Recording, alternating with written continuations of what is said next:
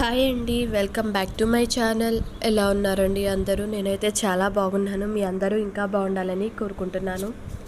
ఇంకా ఈరోజు వీడియోలో అయితే నారసింహ చతుర్దశి గురించి అయితే తెలుసుకుందామండి. నారసింహ చతుర్దశి వైశాఖ మాసం శుక్లపక్షం చతుర్దశి రోజున మనం నారసింహ చతుర్దశి జరుపుకుంటాము. ఈ సంవత్సరం అంటే 2025 మేలో చతుర్దశి మే 10వ తారీఖు సాయంత్రం 5:29 నుండి మరుసటి రోజు ఆదివారం 11వ తారీఖు సాయంత్రం వరకు అయితే ఈ తిథి అయితే ఉందండి. కాబట్టి మరుసటి రోజు అంటే ఆదివారం రోజున ఉదయం తిథి ప్రకారం ఆదివారం రోజున మనం చతుర్దశి అయితే జరుపుకుంటాము. నరసింహస్వామి విష్ణుమూర్తి యొక్క 4వ అవతారం అండి. నరసింహస్వామి తన భక్తుడైన ప్రహ్లాదుడిని కాపాడటానికి హిరణ్యకశిపుడి నుంచి స్వామివారు నరసింహ అవతారం ఎత్తి హిరణ్యకశిపుడిని సంహరిస్తారనమాట. హిరణ్యకశిపుడు ప్రహ్లాదుడిని బాధ పెడుతున్నప్పుడు స్వామి స్తంభంలో నుంచి ఉద్భవించి హిరణ్యకశిపుడిని తన గోళ్లతో సంహరిస్తారనమాట. అంటే హిరణ్యకశిపుడికి వరం ఉందండి, మనిషి రూపంలో కానీ జంతువులు కానీ ఎవరు చంపలేరు అని, అలాగే భూమి మీద నేల మీద కాకుండా చంపాలి అని.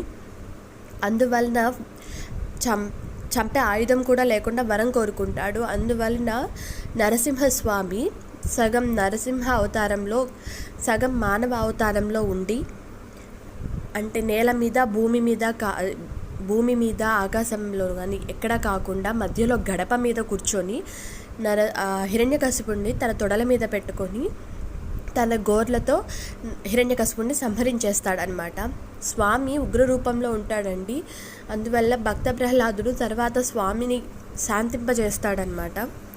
అందువలన ఈ నరసింహ చతుర్దశి రోజున మనం నరసింహ చతుర్దశి ఎందుకు జరుపుకుంటాము అంటే, చెడు పైన మంచి గెలిచిన దానికి ప్రతీకగా మనం ఈ పండుగనైతే జరుపుకుంటాము. ఈ రోజున స్వామివారికి చందనంతో పూజ చేయాలన్నమాట.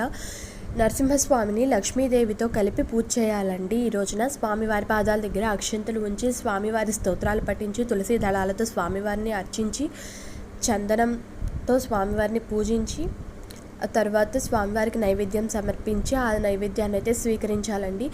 ఈ రోజున ఉపవాసం ఉండాలి అనుకునే వాళ్ళు, లేదా ఆరోగ్యం చక్కగా ఉండి ఉపవాసం ఉండగలిగే వాళ్ళు అయితే ఉపవాసం ఉండి మరుసటి రోజు ఉపవాసాన్ని అయితే విరమించాలండి.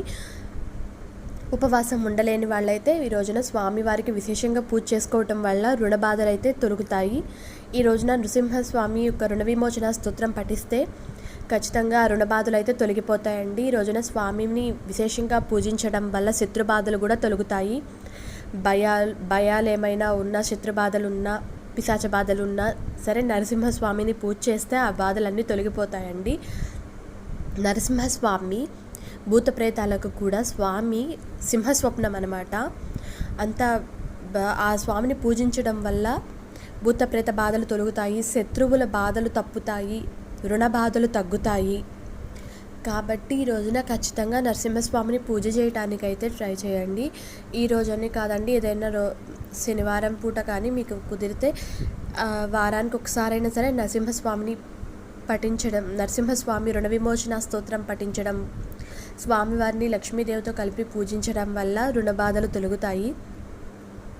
నరసింహస్వామి కృపా కటాక్షాలు మనందరిపై ఎల్లప్పుడూ ఉండాలని కోరుకుంటూ ఈరోజు వీడియో అయితే ఇంతేనండి. మీకు ఈ వీడియో నచ్చితే లైక్ చేయండి, షేర్ చేయండి, కమెంట్ చేయండి, సబ్స్క్రైబ్ చేయండి. మరో మంచి వీడియోతో మళ్ళీ మిమ్మల్ని కలుస్తాను. Thank you.